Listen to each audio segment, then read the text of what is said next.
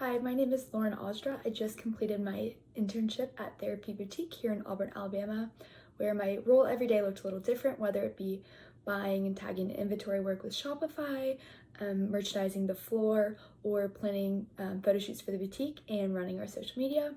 I obtained this internship because I was actually already a sales associate at Therapy, and then I sat down with our general manager, Robin Hovland, and asked her if they would be willing to take on an intern for the semester, and she said yes.